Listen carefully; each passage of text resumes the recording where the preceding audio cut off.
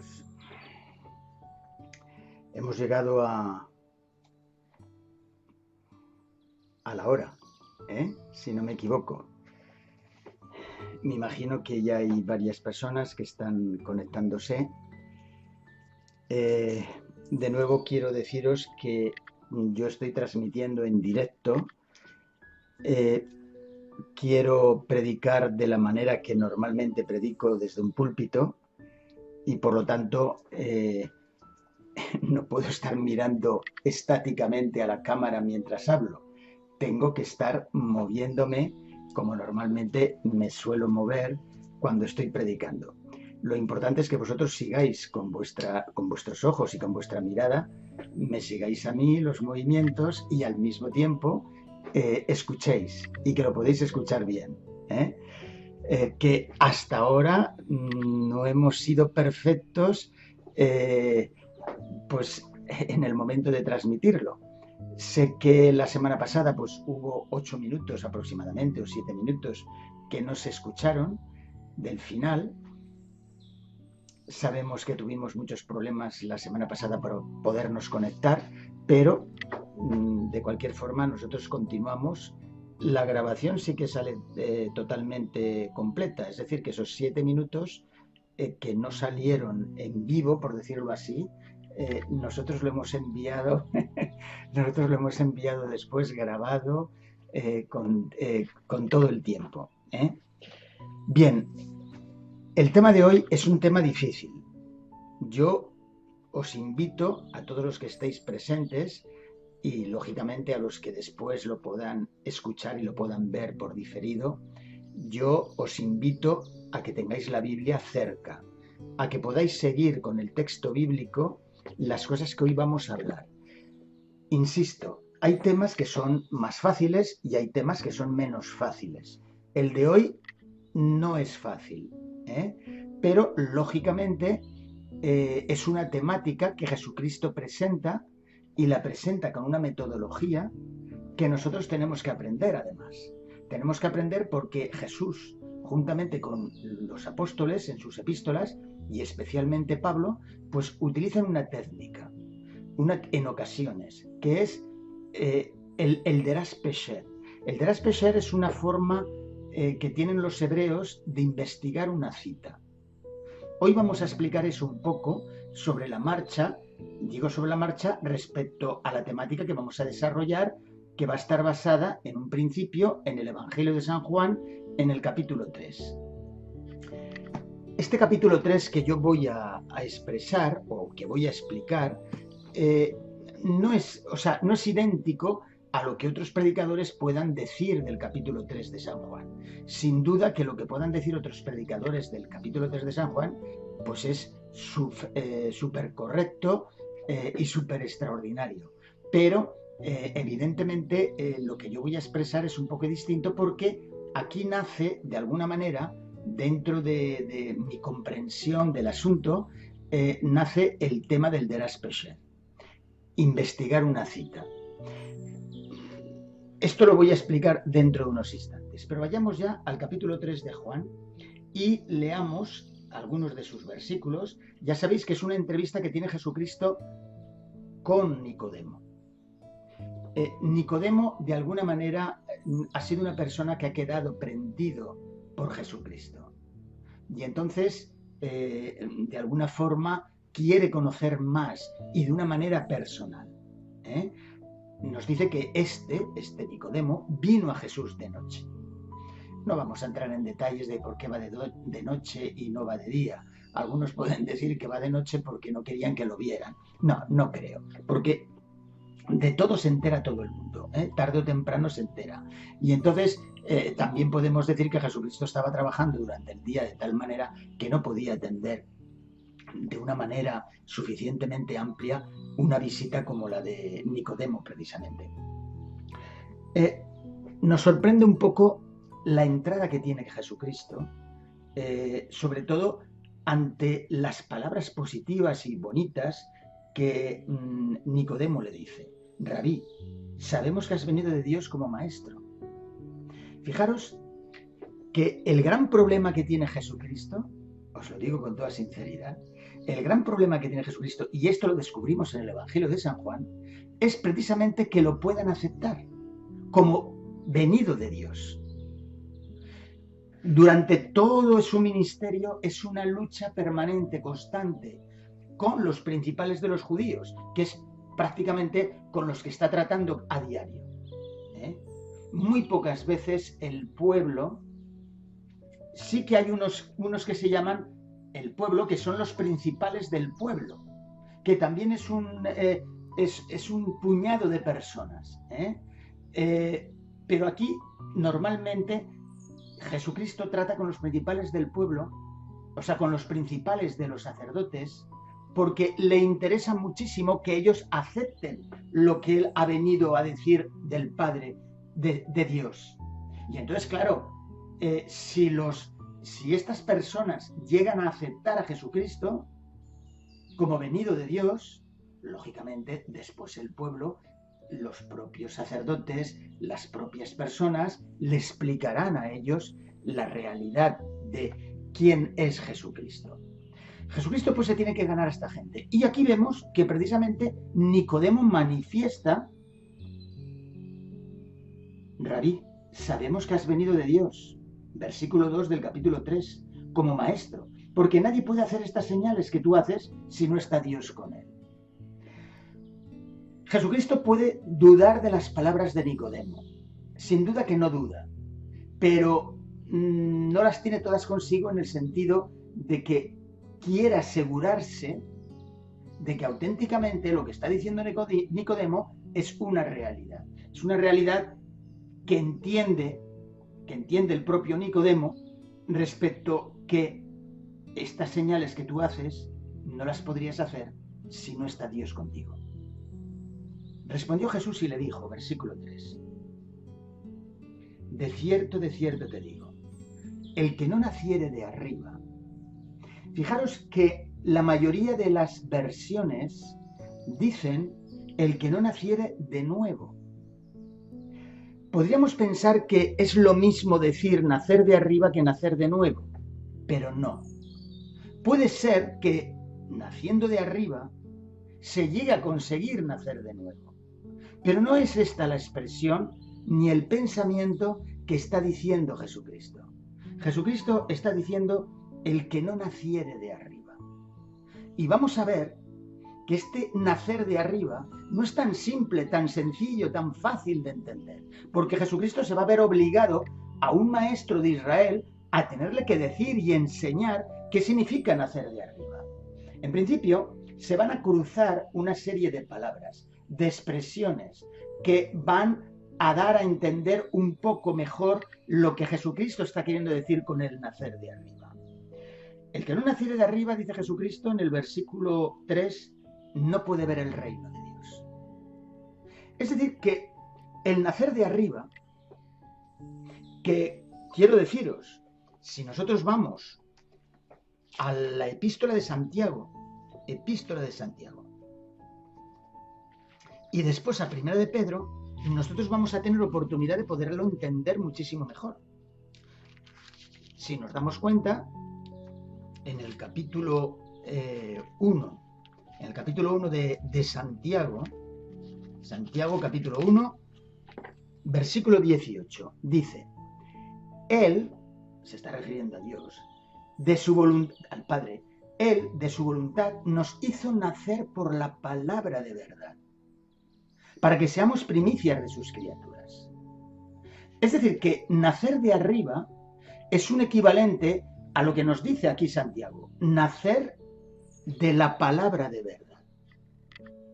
Es decir, en Primera de Pedro, en el capítulo 1 de Primera de Pedro, versículo 23 nos dice, siendo renacidos no de simiente corruptible, sino de incorruptible, por la palabra de Dios que sirve y permanece para siempre. Es decir, que nacer de arriba es nacer de la palabra de Dios. Si nos damos cuenta, cuando seguimos leyendo en ese capítulo 3 de Juan, nos dirá, una vez que Nicodemo plantea la pregunta, Nicodemo le dijo, versículo 4, ¿cómo puede un hombre nacer siendo viejo? ¿Puede acaso entrar por segunda vez en el vientre de su madre y nacer? Evidentemente, parecería como que Nicodemo no entiende las palabras de Jesús y las tendría que entender, porque dentro del judaísmo y dentro del Antiguo Testamento se habla de nacer de Dios, de nacer de arriba también. Pero Jesucristo lo está indicando en un contexto y de una manera, como vamos a ver, un tanto distinta, este nacer de arriba. Y esto le llama la atención a Nicodemo. Y entonces dice, ¿pero cómo puede nacer alguien de nuevo? Respondiendo Jesús, le dijo, versículo 5, el que no naciere de agua, aquí se mete el agua. El agua aquí es una metáfora. No pensemos en el bautismo. No es eso lo que está pensando Jesucristo, ni muchísimo menos. Es verdad que podemos utilizar estos textos para predicar sobre esa cuestión, pero no es eso lo que está diciendo Jesucristo. Primeramente me está hablando de nacer de arriba. Ahora, ante la pregunta insistente del propio Nicodemo, Jesucristo le contesta que nacer de arriba, en principio, es también nacer de agua y de espíritu. Hemos visto que se nace por la palabra. Ahora vemos que el agua es una metáfora que representa a Dios en el sentido de que Dios envía la bendición del agua en esos lugares en los que realmente no hay posibilidad de poder recibir la lluvia. Y entonces cuando llueve, eso es considerado como una bendición de Dios. Y aquí se está utilizando esa agua como una bendición de Dios, pero que el agua sirve para limpiar, tanto por fuera como por dentro. Y entonces me está hablando de la acción de limpieza. Santiago y Pedro me están hablando de nacer de la palabra, porque el nacer de la palabra, el que la palabra me confronte, una vez que yo la leo, la estudio, y me confronta a mí en cuanto a mi manera de pensar y en cuanto a mi manera de ser, esa palabra me limpia, esa manera vieja de ser, esa manera antigua de comportarme, me la limpia y entonces, lógicamente, la acción de limpieza de Dios por medio de la palabra de Dios, es una realidad. Entonces, tenemos nacer de arriba, nacer de agua, nacer de la palabra que me confronta, es decir, ese nacer que va a ser una realidad si yo lo acepto, ese nacer va a implicar el que yo, cuando escucho la palabra o leo la palabra, me confronte conmigo mismo y me haga pensar, reflexionar sobre los cambios que tengo que realizar. Y esa palabra entonces actúa como una acción de limpieza.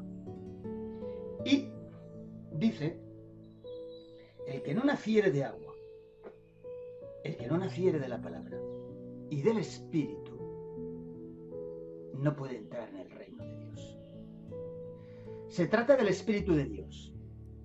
No podemos decir aquí todavía que se trate del Espíritu Santo con personalidad propia, que sí que se expresa en diferentes lugares el Espíritu Santo como alguien con personalidad propia. Pero también existe el Espíritu de Dios desde un punto de vista de lo que podemos entender mi espíritu. Mi espíritu, mi forma de pensar, mi forma de ser, tiene que nacer de espíritu, es decir, el Espíritu de Dios puede ser enviado con la finalidad de que yo cambie mi forma de pensar y mi forma de ser. Cuando yo conozca y vea ese espíritu que Dios me envía y que está animado con una forma de ser y de pensar. Y dice, de cierto te digo, que el que no naciere de agua y del espíritu no puede entrar en el reino de Dios. Lo que es nacido de la carne, carne es. Y lo que es nacido del espíritu, espíritu es. No te maravilles de que te dije, os es necesario nacer de arriba. quiero deciros, para el que le interese, que la palabra que aparece ahí es anocen. Y anocen significa arriba, de lo alto. No de nuevo, como ya hemos dicho anteriormente. Y, lógicamente, el nacer, el que nazca de arriba, viene geneze. Lo que quiere decir que me está hablando de un nacer de arriba que todavía no nos lo ha explicado Jesucristo y que el propio Nicodemo está en una situación en la que no sabe lo que quiere dar a entender Jesucristo, si está queriendo dar a entender lo mismo que ellos han pensado en el pasado respecto a que una persona puede nacer de nuevo, o si realmente está queriendo decir algo distinto. Porque vamos a descubrir que sí que quiere decir algo distinto. Fijaros, el viento sopla de donde quiere, versículo 8, y oye su sonido, mas no sabes de dónde viene ni a dónde va. Así es todo aquel que es nacido del Espíritu. Respondió Nicodemo y le dijo, ¿cómo puede hacerse esto? Respondiendo Jesús y le dijo, ¿eres tú maestro de Israel, no sabes esto? De cierto te digo, que lo que sabemos, hablamos, y lo que hemos visto testificamos, y no recibís nuestro testimonio. Si os he dicho cosas terrenales y no creéis, ¿cómo creeréis las celestiales? Y aquí Jesucristo comienza ya a dar una perspectiva de lo que quiere decir. Se trata de algo celestial, porque hasta ahora os he hablado de cosas terrenales y sin embargo no creéis. Claro, está hablando en plural, porque para él Nicodemo de alguna manera está representando a otros principales y quizá a lo mejor Nicodemo, independientemente de su interés, que sí que lo tiene y que quizás lo ha demostrado ante la asamblea de los principales de los judíos, lo ha manifestado y entonces han dicho, oye, pues ves, habla con él y ya nos dirás qué es lo que nos puedes transmitir de él. Pudiera ser que todo esto se pudiera haber dado. Pero lo cierto es que, ¿eres tú maestro de Israel y no sabes esto? Versículo 12. Si os he dicho cosas terrenales y no creéis, ¿cómo creeréis en las celestiales? Y ahora Jesucristo les envía una celestial. Bastante fuerte y bastante difícil de entender. Nadie subió al cielo. Fijaros, sino el que descendió del cielo, el Hijo del Hombre que está en el cielo. No es fácil. Fijaros si no es fácil de entender que según ciertos comentaristas es el único versículo que no se ha llegado a entender de toda la Biblia. Porque es fácil llegar a entender dentro de la perspectiva cristiana. Dentro de una perspectiva espiritista, pues a lo mejor se podría entender de alguna manera. Pero desde el punto de vista de la perspectiva cristiana, nadie subió al cielo, sino el que descendió del cielo. Hasta ahí se entiende. Nadie subió al cielo, sino el que descendió del cielo. O nadie está subido en el cielo, sino el que descendió del cielo, el Hijo del Hombre. Si os dais cuenta, la Reina Valera, que se han publicado por la Sociedad Bíblica a partir del 2005 o 2006, han quitado el final de este versículo que dice que está en el cielo. Y esto no por mala intención, no es por mala intención, sino que uno de los que nos presenta el texto griego del Nuevo Testamento, de acuerdo a lo que los especialistas han analizado, dicen, señores, este texto es imposible de entenderlo. ¿Y qué es lo que no se entiende?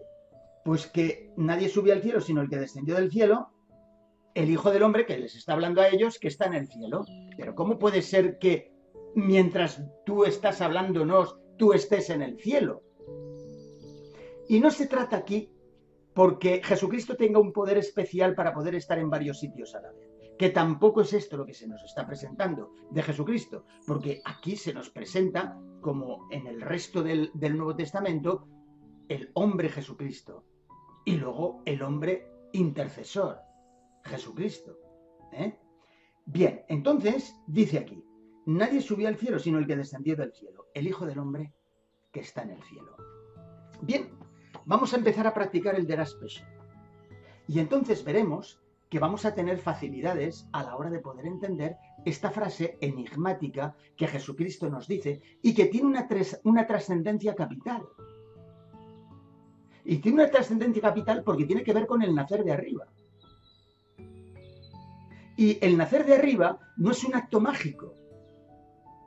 Es una acción de Dios, no cabe duda, es una acción de Dios, pero que la persona la tiene que entender y la tiene que comprobar de que Dios está, de alguna manera, proyectando su acción de tal forma que hace que la persona nazca de arriba. Es decir, que hace que la persona se identifique con las cosas de arriba, que hace que la persona, al identificarse con las cosas de arriba, entienda las cosas de arriba y que hace que la persona que se identifica con las cosas de arriba y que hace las cosas de arriba pueda llegar a profundizar, a conocer a ese Dios.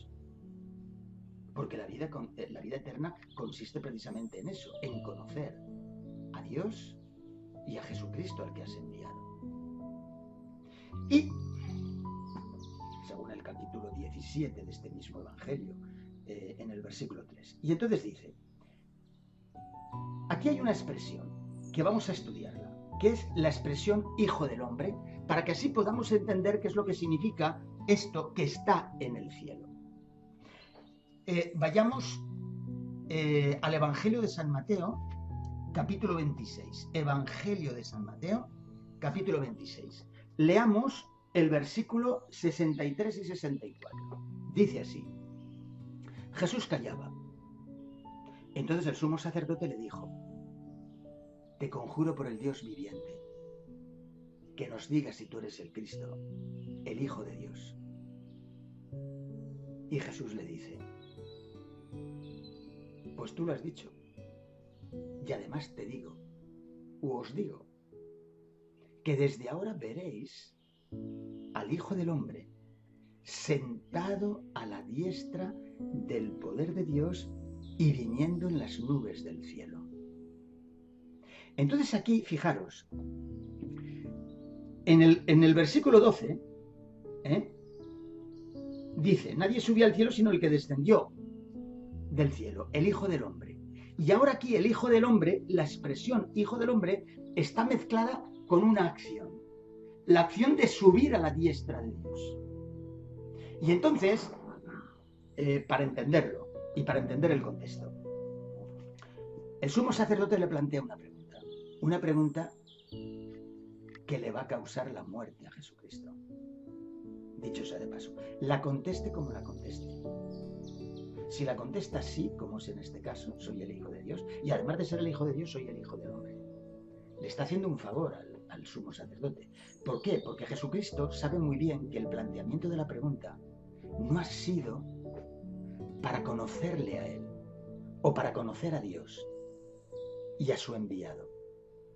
No ha sido esa la razón, sino para que conteste lo que conteste, se le pueda llegar a quitar la vida. Quitarlo de en medio. Y entonces, dice aquí, fijaros, mira, no solamente soy el Hijo de Dios, sino que soy el Hijo del Hombre, porque es que es lo mismo, Hijo del Hombre, Hijo de Dios. Es decir, como Hijo del Hombre, soy Hijo de Dios, que es así como nos lo presenta todo el Evangelio de Juan. Y entonces dice, y además os digo que desde ahora veréis al Hijo del Hombre sentado a la diestra del poder de Dios, viniendo en las nubes. Entonces el sumo sacerdote rasgó sus vestiduras diciendo, ha blasfemado. ¿Qué más necesidad tenemos de testigos? He aquí, ahora mismo habéis oído su blasfemia. Esto era lo que quería el sumo sacerdote. Llegar a la conclusión de que había cometido una blasfemia. Pero lo que Jesucristo le está diciendo es lo siguiente. Mirad, me vais a matar. Y cuando me matéis, la maquinaria del Hijo del Hombre se va a poner en marcha. Y una vez que me hayáis matado, yo voy a subir a la diestra de Dios. Y si queréis comprobar que auténticamente voy a subir a la diestra de Dios, leerlo. ¿En dónde? En Daniel 7. Si nosotros vamos a Daniel 7, nos daremos cuenta que ese Hijo del Hombre, porque dice, viniendo en las nubes. Es verdad que Jesucristo me está presentando lo de venir en las nubes cuando vuelve otra vez aquí a la tierra. Pero es que el irse hacia el anciano de días también se va en las nubes. Las nubes representan a los ángeles, representan el poder de Dios. Y entonces cuando asciende Jesucristo, asciende con el poder de Dios manifestado en los ángeles. Y llega a sentarse a la diestra de Dios. Fijaros que en Daniel 7, y ahora lo que vamos a leer de Daniel 7, simplemente lo vamos a ver de pasada. De pasada, aunque volveremos después un poquito, ¿eh? Dice, mientras yo, versículo 13, miraba yo en la visión de la noche y aquí que en las nubes del cielo venía a uno como un hijo del hombre que vino hasta el anciano de días y le hicieron acercarse delante de él y le fue dado dominio, gloria, reino, para que todos los pueblos, naciones y lenguas le sirvieran. Su dominio es dominio eterno que nunca pasará y su reino uno que no será destruido. Jesucristo me está hablando, primeramente, del comienzo, cuando sube a la diestra de Dios. Lógicamente, cuando sube a la diestra de Dios, sube en nubes del cielo, tal como me lo está presentando aquí el versículo 13 de Daniel 7. Y luego cuando vuelve también de acuerdo a lo que me dice el propio Jesucristo en el pasaje de Mateo 26 que acabamos de leer, en el 65, cuando vuelve en las nubes del cielo. Y así se acaba el itinerario. Se va en nubes del cielo con ángeles, llega a la diestra de Dios y después, cuando termine toda la labor celestial, que ahora la vamos a estudiar en un instante mediante el Derash Pesher, cuando acabe toda esa labor, pues entonces volverá. Bien, vamos a analizar un ejemplo de Derash Pesher antes de analizar este del Hijo del Hombre, porque lógicamente Hijo del Hombre aparece aquí también, que podemos ver el Derash Pesher Hijo del Hombre, cuando vamos precisamente a Daniel 7. Pero hay otra expresión que es mucho más sencilla y que nosotros la vamos a ver en el Nuevo Testamento constantemente. Y es que se sienta a la diestra de Dios. ¿Dónde aparece diestra de Dios? Y aquí empezamos lo que significa Derash Pesher, investigar una cita. ¿Dónde aparece la expresión sentarse a la diestra de Dios por primera vez? Salmo 110, no lo olvidéis. Salmo 110, vayamos al Salmo 110. Y me dice, Yahvé dijo a mi Señor, siéntate a mi diestra hasta que ponga a tus enemigos por estrado de tus pies. Aquí está la clave. Fijaros, ¿qué es el Derash Pesher? Muy sencillo. Se trata de investigar una cita. Es decir, se trata de que en el Nuevo Testamento va a aparecer una expresión que aparece en el Antiguo Testamento y entonces para saber, para conocer bien el significado de esa expresión, yo tengo que ir al Antiguo Testamento en donde sale esa expresión. Por ejemplo, sentarse a la diestra de Dios. Y entonces voy al Antiguo Testamento y miro y compruebo dónde sale la expresión diestra de Dios. Salmo 110, versículo 1. Y entonces, atención, que aquí está el tema, tengo que comprobar cuál es la idea y cuáles son las palabras que en ese Antiguo Testamento acompañan a la palabra que me interesa investigar. Sentarse a la diestra de Dios. ¿Y cuáles son las palabras que acompañan a sentarse a la diestra de Dios en el Salmo 110? Muy sencillo. Hasta que ponga a tus enemigos por estrado de tus pies. Estas son las palabras. Es decir, que cada vez que aparezca en el Nuevo Testamento la expresión diestra de Dios, nosotros la tenemos que complementar hasta que acabe con los enemigos de Dios. Es decir, va a estar sentado a la diestra de Dios. El sentarse a la diestra de Dios es una función, no es sentarse de una forma literal, sino que es la función de lo que implica sentarse a la diestra de Dios. Es decir, de lo que implica ser el que está a la derecha de Dios, el que va a tener una misión determinada, misión que va a representar a Dios y que Dios le va a dar el poder para poder acabar con los enemigos de Dios. Mirad, en el Evangelio de San Marcos, en el capítulo 16, en el versículo 19, dice: y el Señor, después que les habló, fue recibido arriba en el cielo y se sentó a la diestra de Dios. ¿Qué es lo que tendríamos que decir al final? Para acabar con los enemigos de Dios. ¿Y qué implica esto? Implica que ese Jesucristo que está sentado a la diestra de Dios, ese hombre Jesucristo que nos ha dicho, 1 Timoteo 2:5, nos ha dicho que asciende, tenemos un Dios y un solo mediador entre Dios y los hombres, Jesucristo hombre. Y entonces Jesucristo va a estar allá arriba, intercediendo por nosotros, realizando una obra celeste en el santuario celeste. Bien, ya sé que os faltan datos y detalles para poderlo entender esto un poquito mejor, pero vamos a verlo, vamos a comprobarlo. Mirad, vayamos a la epístola a los Hebreos, epístola de los Hebreos, y vamos a ver cómo Pablo utiliza el Derash Pesher, y precisamente de esta misma manera, con estos mismos conceptos. Mirad, Hebreos capítulo 1, al final del versículo 3, el cual siendo, estoy comenzando el versículo, el cual siendo el resplandor de su gloria, se está refiriendo al Hijo, y la imagen misma de la sustancia de Él, y quien sustenta todas las cosas con la palabra del poder de Él, habiendo efectuado la purificación de nuestros pecados por medio de sí mismo, se sentó a la diestra de la majestad en las alturas. ¿Queréis leer conmigo el versículo 13 de ese mismo capítulo de Hebreos? Mirad lo que dice. Pues ¿a cuál de los ángeles dijo Dios jamás: siéntate a mi diestra, hasta que ponga a tus enemigos por estrado de tus pies?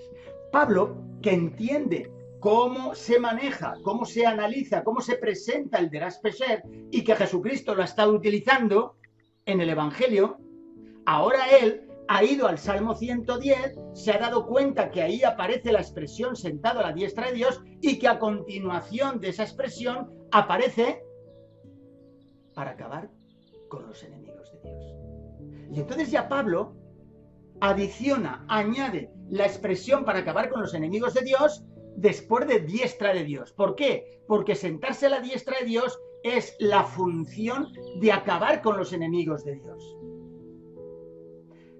Luego tenemos que explicar quiénes son los enemigos de Dios. Fijaros, Hebreos, vayamos a Hebreos, capítulo 10. Capítulo 10 de Hebreos. Mirad, versículo 12. Pero Cristo, capítulo 10 de Hebreos, versículo 12. Os doy un poquito de tiempo para aquellos que os sois más lentos a la hora de utilizar la palabra. Dice, versículo 12. Pero Cristo, habiendo ofrecido una vez para siempre un solo sacrificio por los pecados, se ha sentado a la diestra de Dios. ¿Qué tendría que venir ahora? Aunque no lo leyerais, para acabar con los enemigos de Dios. Pero fijaros que el apóstol Pablo nos avanza ya este tema y nos ayuda.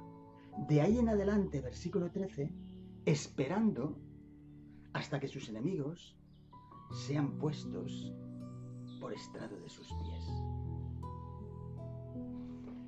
Si nosotros vamos ahora al capítulo 8 de Hebreos, bien, vamos a detenernos un instante.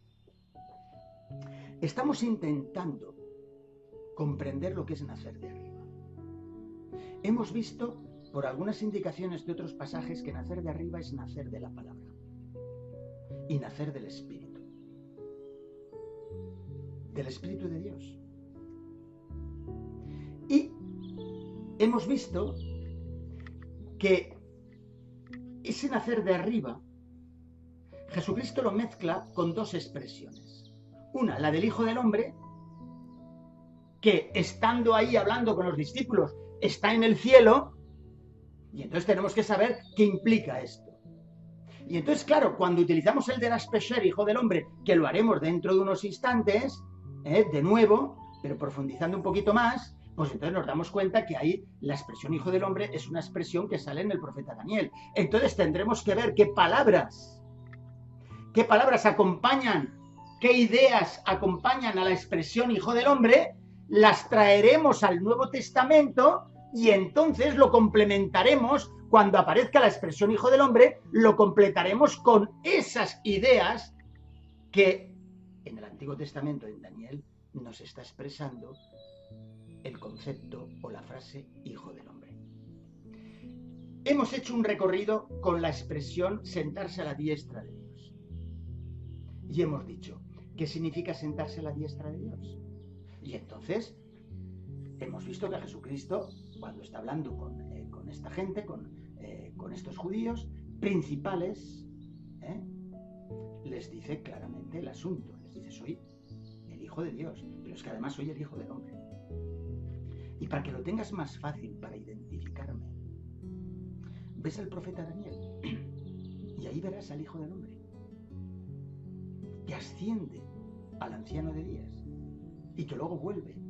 Vale, esto lo veremos después un poquito con el texto, con el propio texto bíblico.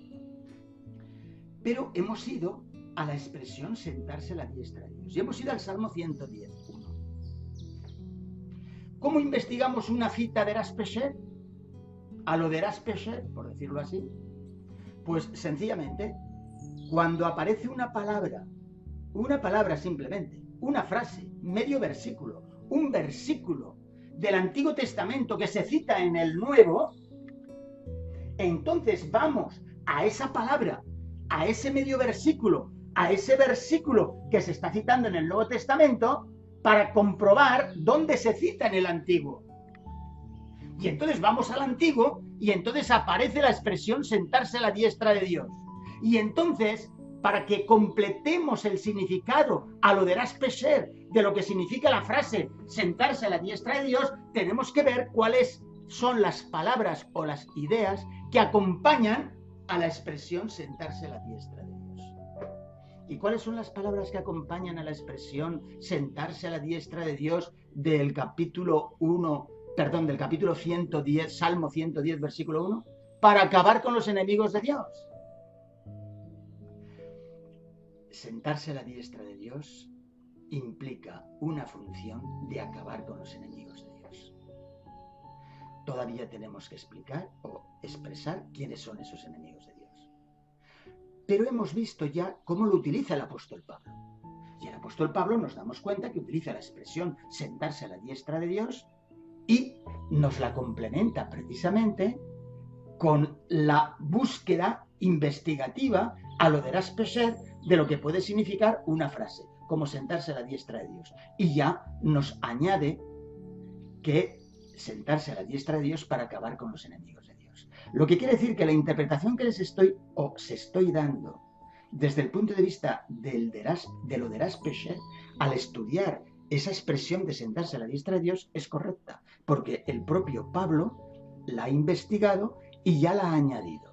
Hemos visto aquí en Hebreos 10 que, en Hebreos 1 y ahora en Hebreos 10, donde ya el apóstol Pablo a la palabra, a la expresión sentarse a la diestra de Dios, le añade para acabar con los enemigos de Dios. Vayamos al capítulo 8 de Hebreos y fijaros la sorpresa. Capítulo 8. Ahora pues, versículo 1. El punto principal de lo que venimos diciendo es que tenemos tal sumo sacerdote, el cual se sentó a la diestra del trono de la majestad en los cielos. Se sentó a la diestra. Lógicamente, el de las Peser ya nos ha descubierto que se sienta a la diestra de Dios para acabar con los enemigos de Dios. Y esto es lo que tendría que venir a continuación. Pero fijaros lo que viene. Ministro del santuario y de aquel verdadero tabernáculo que levantó el Señor y no el hombre. Porque todo sumo sacerdote está constituido para presentar ofrendas. Versículo 5. Versículo 4. Así que si estuviese sobre la tierra, ni siquiera sería sacerdote. Versículo 5. Los cuales sirven a lo que es figura y sombra de las cosas celestiales. Conforme se le advirtió a Moisés cuando iba a erigir el tabernáculo, diciéndole, mira, haz todas las cosas conforme al modelo que se te ha mostrado en el monte.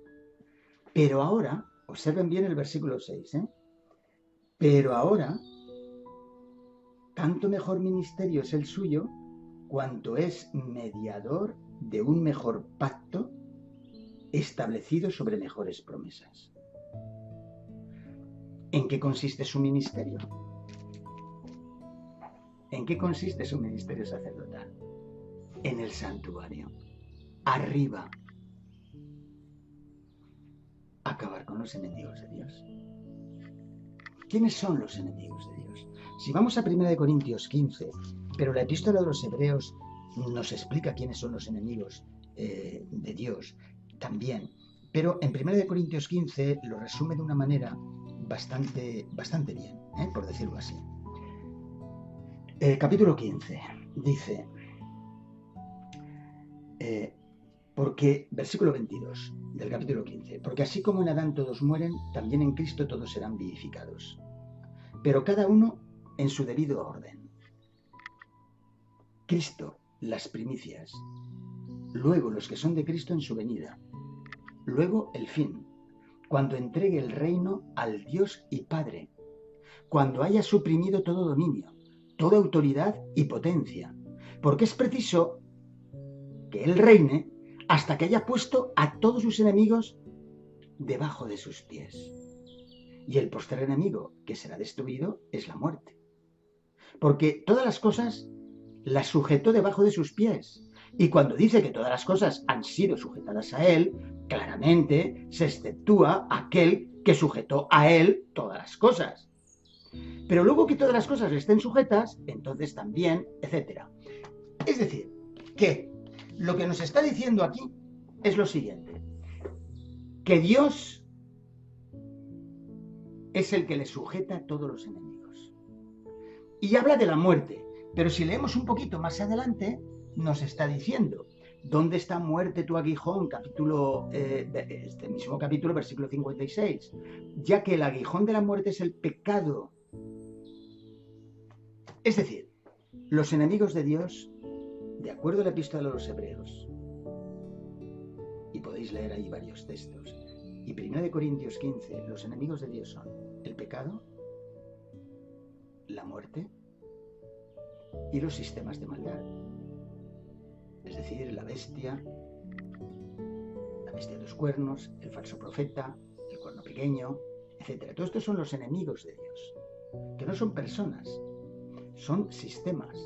Y el tema del pecado, que será destruido totalmente. Lo mismo que ocurre con la muerte. Entonces, estos son los enemigos de Dios.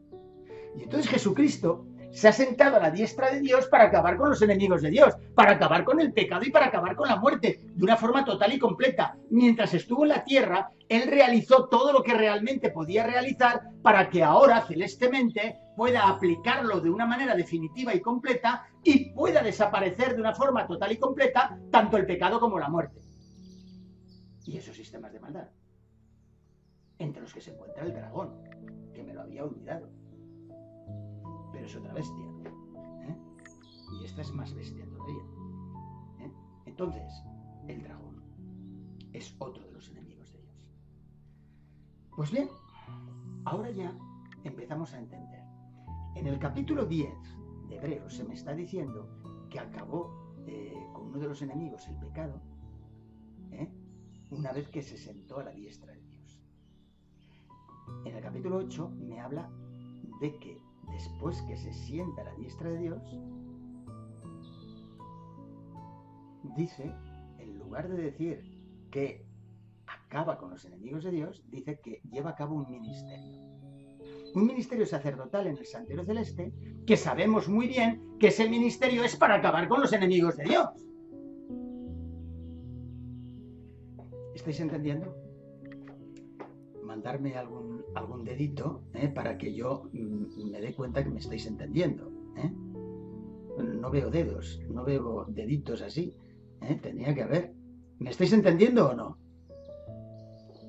Hay alguien ahí que me dice, me gusta. Bueno, bien. No veo dedos,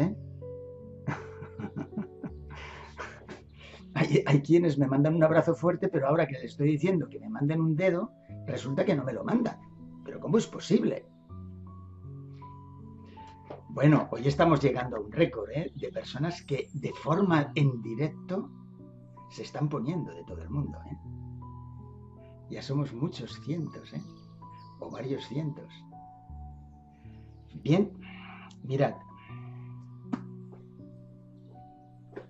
Sí, bueno, ya veo un dedo, hombre, menos mal.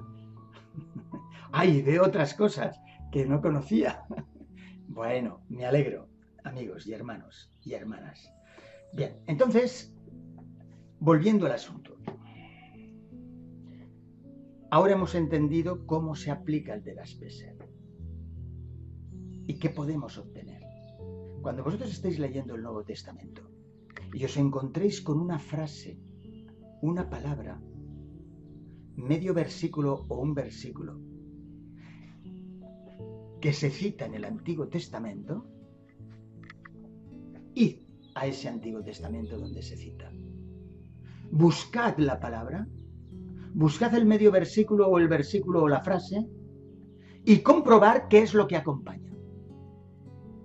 Y entonces eso que acompañe lo traéis ahora al Nuevo Testamento y lo añadís al tema, a la palabra que habéis buscado en el Antiguo Testamento y veréis cómo se enriquece.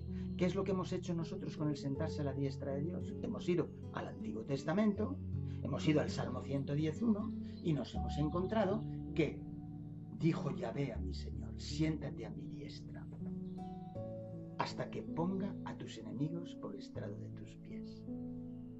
Y entonces hemos visto que el sentarse a la diestra de Dios es para acabar con los enemigos de Dios. Dios va a utilizar a Jesucristo durante todo su ministerio sacerdotal para acabar con los enemigos de Dios, para acabar con el pecado, para acabar con la muerte. Y la palabra de Dios nos va a explicar a lo largo de todo el Nuevo Testamento y con la profecía tanto del Antiguo como del Nuevo, cómo acaba con los enemigos de Dios. Y es precisamente mediante este ministerio. Y claro, ahí nosotros somos también protagonistas en el sentido de que nosotros tenemos que ese pecado se desaloje de nosotros, que ya no vivamos con pecado, que mientras nosotros estemos relacionándonos con ese ministerio sacerdotal en el santuario, vamos a recibir poder para superar a los enemigos de Dios. Y cuando tenemos la enfermedad, cuando tenemos la muerte de un familiar, de un amigo, que nos hace daño por lo que nos toca y por lo que no nos toca, porque cuando en nuestra propia carne estamos experimentando el dolor y el sufrimiento, nosotros ahora podemos entender que si nosotros nacemos de arriba, si nosotros nos relacionamos con lo que implica nacer de arriba, si nosotros nos relacionamos con el arriba de Dios, que ha dispuesto un plan, ha dispuesto un programa, ha dispuesto un ministerio, ha dispuesto una intercesión, pues entonces nosotros naceremos de la palabra. La palabra nos confrontará y nos dirá lo que realmente está mal en nosotros y con nosotros. Y entonces lo desalojaremos. Le pediremos a Dios poder para que realmente esas costumbres, esas situaciones, esas condiciones desaparezcan con su poder. Pero nosotros tenemos que intervenir. E intervenimos aceptando el nacer de arriba. Si os he dicho cosas terrenales y no creéis, ¿cómo creeréis si os dijere las celestiales? Pues ya está, ya tenemos aquí una. ¿Y cómo entendemos ahora de que Jesucristo, mientras estaba hablando con ellos, está en el cielo? Vayamos a Juan, un instante, a comprobar el texto del capítulo 3, que dice, en el versículo 13, nadie subió al cielo, sino el que descendió del cielo, el Hijo del Hombre que está en el cielo. Muy bien, pues vamos a Daniel 7. Y vamos a Daniel 7 porque cuando se cita la expresión Hijo del Hombre, nosotros tenemos que descubrir dónde aparece en el Antiguo Testamento. Por descontado que hay un Hijo del Hombre, Ezequiel, que también aparece, pero claro, no podemos compaginar a Jesucristo con ese Hijo del Hombre que aparece en Ezequiel. Tampoco podemos utilizar la frase famosa de ese Hijo del Hombre, de ser una especie de Hijo de Hombre que desciende una especie de escalera respecto a Jacob, etc. No, porque no completa realmente la idea. No nos da una idea clave. Mientras que cuando vamos a Daniel 7, nosotros, Daniel, capítulo 7, fijaros, miraba yo en las visiones de la noche, versículo 13, y aquí en las nubes del cielo venía uno como un hijo del hombre, que vino hasta el anciano de días, y le hicieron acercarse delante de él. Bueno, yo os lo voy a explicar de una forma simple y sencilla. Aquí, los tres verbos arameos que aparecen en este capítulo, nos está hablando de cercanía. Primeramente dice, venía uno como un hijo del hombre, que vino hasta el anciano de días y le hicieron acercarse a él. Vino, llegó y se acerca más todavía. Es decir, se acerca más y se acerca más todavía al anciano de días. Tres verbos que denotan cercanía, y una cercanía de acuerdo a las palabras que están entremezcladas con los verbos, que me muestran, primeramente, una llegada, se sienta a la diestra de Dios, comienza su ministerio sacerdotal, de acuerdo a lo que ya hemos leído en Hebreos, y luego dice que se acerca mucho más porque aparece en un contexto de juicio, cuando dice que le hicieron acercarse al anciano de días. Y ese juicio, de acuerdo al contexto del propio Daniel 7, no empieza cuando asciende, sino que se está celebrando posteriormente.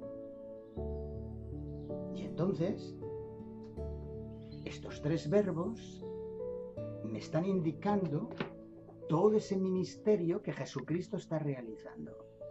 Primeramente, sentarse a la diestra de Dios para llevar a cabo una función de acabar con los enemigos de Dios. Esto es lo que hemos estudiado con el de la Spesher, de sentarse a la diestra de Dios. Entonces, ese Hijo del Hombre se acerca más y se acerca mucho más. Comienzo de su ministerio sacerdotal, sentarse a la diestra de Dios. Se acerca más. El ministerio sacerdotal, antes de acercarse mucho más al anciano de días, que es sencillamente la realización de ese ministerio sacerdotal de acabar con los enemigos de Dios. que va desde ese momento de sentarse a la diestra de Dios hasta el final de los tiempos. Y después, dentro de ese acercarse al anciano de días, aparece ese mismo ministerio sacerdotal, pero dentro de lo que se denomina el juicio y dentro de un contexto temporal determinado. Que luego, Daniel 8 y otros versículos, tanto del Antiguo Testamento como del Nuevo Testamento, siguiendo la tipología de ese Antiguo Testamento y luego el Nuevo Testamento, esa última, dentro de la propia intercesión que Jesucristo continua, realiza para acabar con los enemigos de Dios, la termina mediante un ministerio concreto y determinado dentro de la erradicación final de ese pecado, dentro del contexto del juicio. Bueno, pues estas son las ideas que aparecen en esos tres verbos cuando se nos está diciendo que el Hijo del Hombre se acerca al anciano de días, o que sube al anciano de días, o que se sienta a la diestra de Dios. Estas son las ideas que acompañan. Y entonces ahora, cuando nosotros vamos a la expresión Hijo del Hombre, cuando sale en el Nuevo Testamento, nosotros ahora tenemos que tener en mente estas ideas. Y entonces cuando me está diciendo aquí Jesucristo, capítulo 3 de San Juan, capítulo 3, observen, si os he dicho cosas terrenales, versículo 12, y no creéis, ¿cómo creeréis si os dijere las celestiales? Nadie subió al cielo, o nadie está subido en el cielo, sino el que descendió del cielo, el Hijo del Hombre que está en el cielo. ¿Y de qué forma está en el cielo? No porque se desdoble y mientras está hablando está en el cielo. No. De acuerdo a lo que me dice el texto de Daniel, les está citando el libro de Daniel. Y cuando le está hablando a Caifás, me vais a matar, pero la maquinaria del Hijo del Hombre se va a poner en marcha y llegará un momento determinado que ese Hijo del Hombre te va a tener que juzgar a ti. Porque tiene un ministerio de acabar con el pecado y con la muerte. Y claro, ese ministerio implica juicio. Entonces, cuando dice nadie subió al cielo, sino que él descendió del cielo, el Hijo del Hombre que está en el cielo, es porque realmente mientras estaba hablando con él, con ellos, la profecía de Daniel llevaba a cabo su plan, su función. La función que había hecho ya la profecía de Daniel es que ese Hijo del Hombre estaba en la tierra y que una vez que hiciera una labor terrestre, ese Hijo del Hombre después volvería, de acuerdo a lo que me está diciendo los textos de Daniel 7, versículos 13 y 14. ¿Me estáis siguiendo? ¿Me estáis entendiendo? Cuando digo esto en las iglesias, pues lógicamente yo veo que me dice, sí, tal. Venga, Jorge, hazme lo del dedo, si lo has entendido. Yo creo que sí, ¿no? Y ahí la familia Tablas, qué bueno, ¿eh? De California, ¿eh? Estupendo. Que estéis ahí, ¿eh? Bueno, lo podéis escuchar en directo porque ahora son las 9, van a ser las 9 de la mañana allí en San Francisco, en la zona de San Francisco. Bien, Antonio Llera me hace lo del dedo y me lo hace bien grande, ¿eh? Bueno, vale, de acuerdo. Bien, amigos, tenemos que ir acabando, tenemos que ir terminando. Evidentemente, pues, lo que nos está diciendo aquí el Hijo del Hombre que está en el cielo es que nos está citando a Daniel y quiere que vayamos a Daniel y que descubramos cuáles son las ideas que acompañan al Derás-Pesher, Hijo del Hombre.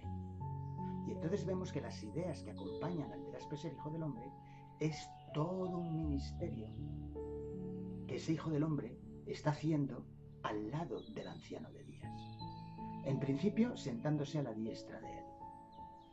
En segundo lugar, comenzando un ministerio continuo, una intercesión continua, desde ese sentarse a la diestra de Dios.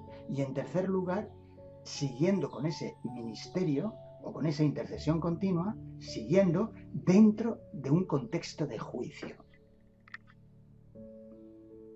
En definitiva, dentro de un espacio temporal para acabar con el pecado y para acabar con la muerte. Y para acabar con los sistemas de maldad, al final, lógicamente, de los tiempos.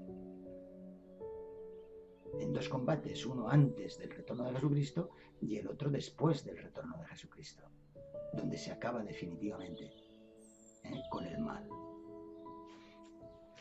Bien, amigos, ¿qué importancia tiene esto para nosotros? Mucha y trascendental. Tenemos que nacer de arriba. Nacer de arriba significa apropiarnos de los valores celestes, de esa obra celeste que Jesucristo está realizando. No podemos continuar viviendo de la misma manera que hemos podido continuar hasta ahora, sin tener en cuenta estos valores. Estos valores tienen que entremezclarse con nuestra vida diaria. Estos valores tienen que entremezclarse con nuestro trabajo, con nuestros estudios, tenerlos presentes, de tal manera que podamos afrontar la obra, la labor, de ayudar a otros a conocer el Evangelio y a que también nazcan de arriba. Tenemos que seguir profundizando.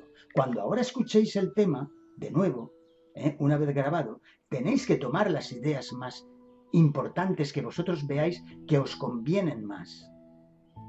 Pero esto tiene que servir de una forma eficiente para cada una de nuestras vidas. No podemos que simplemente haya sido el escuchar un sermón o una predicación. Bien. Creo que se me está escuchando hasta aquí, ¿no? No ha habido ningún corte, ¿eh? ¿Alguien me puede decir que sí? ¿Que se me está oyendo? ¿Que no se ha cortado? Como la semana pasada, que los 8 últimos minutos se cortaron. No hay corte, ¿no? Se me está oyendo bien, ¿no? Porque me voy a tener que despedir, ¿eh? Bueno, mirad, el motivo por el cual yo estoy haciendo esto son varios. Creo que el primer día algo ya os comuniqué o llegué a deciros. Primero, hay personas que no pueden ir a la iglesia. Yo ya sé que ahora, en toda la zona de Interamérica, que es de donde más, podríamos decir, se unen a nosotros, aunque se unen muchísimos de Estados Unidos y de otras partes del mundo, de Europa también, e inclusive de Asia. Sé que hay alguna iglesia que me está escuchando.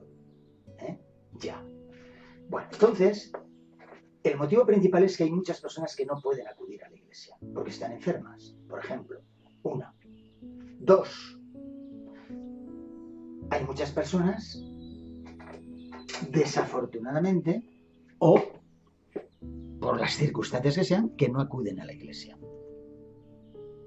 Y entonces, pues, pueden enchufarlo a las 10 de la mañana si es la zona de Interamérica.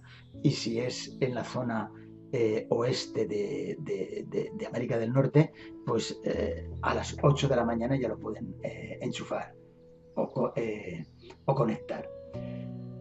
Después, hay personas que necesitan la palabra de Dios. Vivimos una crisis de la palabra. Vivimos una crisis en la que se dicen muchas cosas y no se dice la palabra. No se deja hablar a la palabra. La palabra tiene unos contenidos verdaderamente extraordinarios. Hay muchos temas que se pueden tratar, no en sábado por la mañana. Pero en sábado por la mañana, cuando realmente es el momento del culto, de adoración, después del culto de la escuela sabática, cuando es el culto que corresponde a la predicación, tenemos que decir algo que auténticamente llene a las personas.